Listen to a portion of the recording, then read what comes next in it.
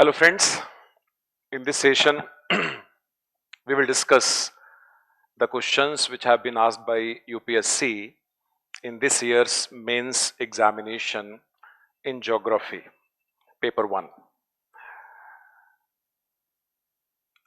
One of the questions from world geography is give a geographical explanation of the distribution of offshore oil reserves of the world and how are they different from the onshore occurrences of oil reserves. In this question, there are two major parts. One is geographical explanation for offshore oil reserves, and second is the difference between onshore oil reserves and offshore oil reserves. Geographical explanation about offshore reserves means here you need to talk about where and why.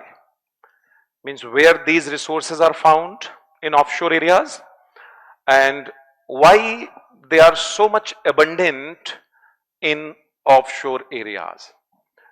So the first part, where, is related to distribution. You can first define what are offshore oil reserves. Offshore oil reserves are liquid hydrocarbons which are found on the seabed beyond the shoreline. Shoreline means the edge of sea or ocean. Now, the offshore oil reserves are mostly found over continental margins which are submerged under sea water.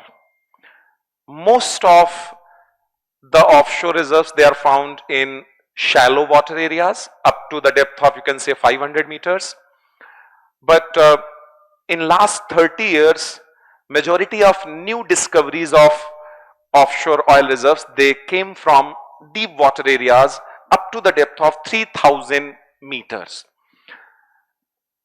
After this discussion, you are supposed to draw the world map to show major areas of offshore oil reserves like Arctic margin, the margin of Arctic Ocean, which includes northern margin of North America, northern margin of Eurasia, that continental shelf area, the part which is submerged under seawater.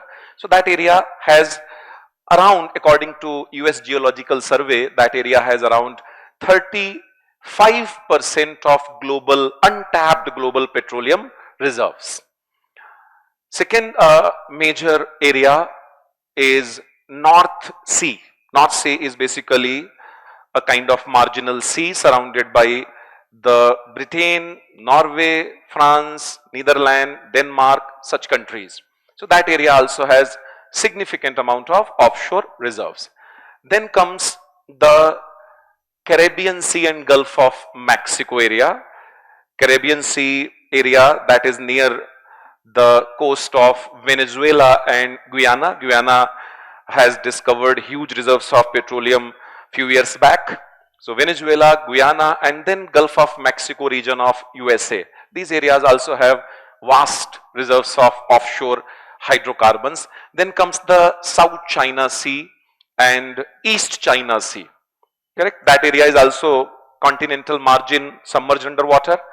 And apart from that, near northwestern coast of Australia, which is Timor Sea, Bass Strait, which is near southeastern coast of Australia, Bay of Bengal, the Bombay High region in Arabian Sea. These are other areas where offshore oil reserves are found. Significant amount of petroleum reserves, they are also found near the coastal parts of Mozambique and Western Africa, which is Congo Basin area. So in that area. So this is global distribution of petroleum reserves. Now the question, second part is why they are found here. So in next paragraph, you were supposed to write about what are the geographical factors which contributed to development of petroleum resources here. And there are three geographical conditions which favored formation of these petroleum reserves. One is the marine microorganisms,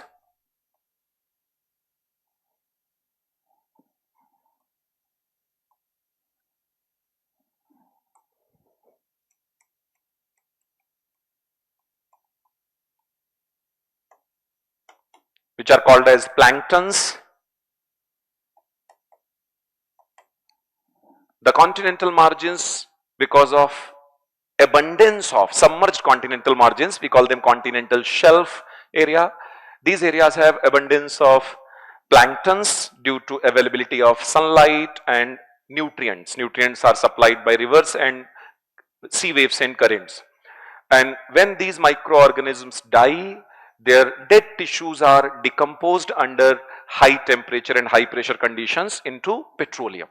So availability of sufficient amount of organic matter in these areas, that's one factor. Second is sedimentation. Continuous deposition of sediments by rivers and sea waves, they created pressure, and due to that pressure, that decomposition process happens within these sedimentary rocks, because sedimentary rocks are porous type of rocks. So the petroleum oil which is produced, oil and gas which is produced due to decomposition of dead tissues, that is trapped in the pores of sedimentary rocks. So availability of thick sedimentary beds, that's another factor which contributed to formation of these petroleum reserves. And third condition is tectonic movements.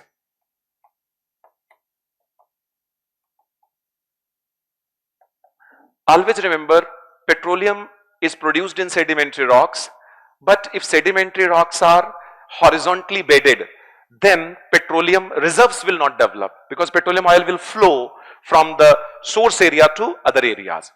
For formation of petroleum reserves, you need structural traps, fold and fault, and these structural traps, they develop because of tectonic movement. So folding, faulting, these processes are also necessary for formation of structural traps. Traps means the places where petroleum is trapped in the form of reservoir. So these three conditions have favored formation of these offshore oil reserves. So the first part is completed here. Distribution, you mentioned where they are found, and then you talked about why they are found, because question is about explanation, not description. Second is how are they different from onshore occurrences of oil reserves. Onshore oil reserves are those oil reserves which are found in continental areas. Now, as I told you, petroleum reserves always develop due to decomposition of marine microorganisms, which means the continental areas, the continental sedimentary basins which have petroleum, they must have been submerged under sea water in the past. So onshore petroleum reserves, basically they are found in those areas which have emerged above sea level due to orogenic or epirogenic movement. Either continental margins have uplifted, we call them emergent coastal margins, or because of tectonic movements. Clear? So these areas, they have tectonic history, and because of tectonic history, these areas got petroleum in onshore areas. For example, the Middle East region has around 48% of petroleum, global petroleum oil reserves, and around 38% of global natural gas reserves. These are onshore areas mostly. And why these areas have petroleum? Because in past, around, you can say few million years back, in that area there was a sea. Around 100 million years back, that area had a sea called a Tethys Sea, and in that Tethys Sea, because of sedimentation, that sea was shallow, and shallow seas, they have abundance of sunlight, so that area was rich in organic matter and thick bed of sediments, which is favorable for formation of petroleum oil.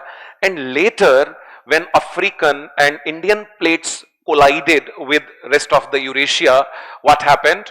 The submerged areas, they emerged above the sea level. So the deserts of Middle East which have petroleum, the deserts of Northern Africa which have petroleum, they were once part of bed of Tethys Sea. Now they have emerged and they have petroleum.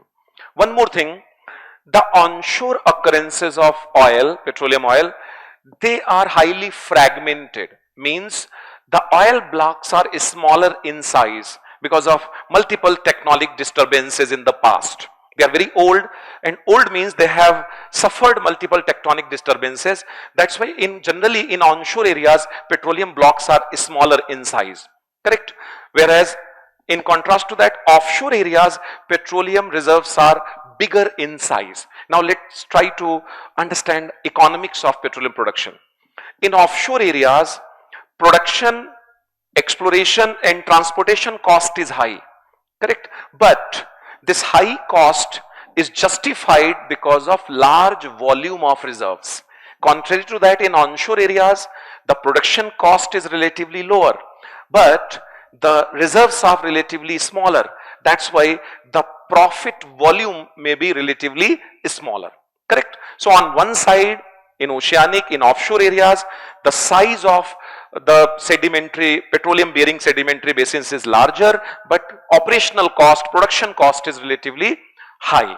Other side, in continental areas, small blocks are smaller, but production cost is also lower. So that is the main difference. Other differences are like environmental cost. Both offshore and onshore reserves, their exploration, their production, that causes damage to ecology. Offshore reserve production, that causes damage to marine environment, oil spill, loss of marine biodiversity and all. But in continental areas, the exploration and production, especially production of petroleum oil, its distribution through pipeline, leakage, that causes soil pollution and other type of damages. So this is the difference between onshore and offshore petroleum occurrences. Okay, so if you have written these three parts, distribution through map, explanation why they are there, and difference, you can easily get 60 to 70% marks. Now the next question from world geography is, how can artificial intelligence and drones be effectively used along with GIS, GIS is Geographical Information System, and remote sensing, RS techniques in locational and aerial planning? So this question has two key parts. One is technology, that is artificial intelligence, drones, which support remote sensing and GIS, and second is locational and aerial planning. So here basically the question demands knowledge about application of modern technologies in developmental planning at regional or local scale. You can start your answer with locational and aerial planning. So what is locational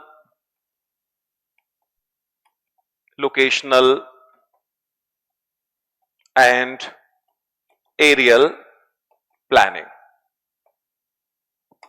Locational and aerial planning is basically identification of optimum location for different type of land uses and developing a land use pattern across a space which is most efficient for development, which supports optimum utilization of resources with minimum environmental cost and maximum socio-economic benefits. That is called as locational planning. Correct? So identification of different type of optimum location for different type of land uses, like industrial location,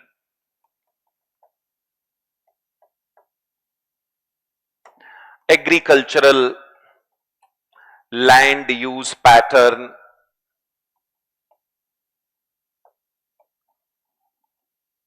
then planning for transport systems, residential planning,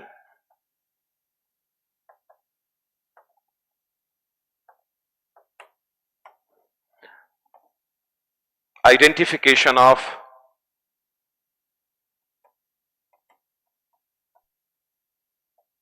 and mapping, identification and mapping of natural resources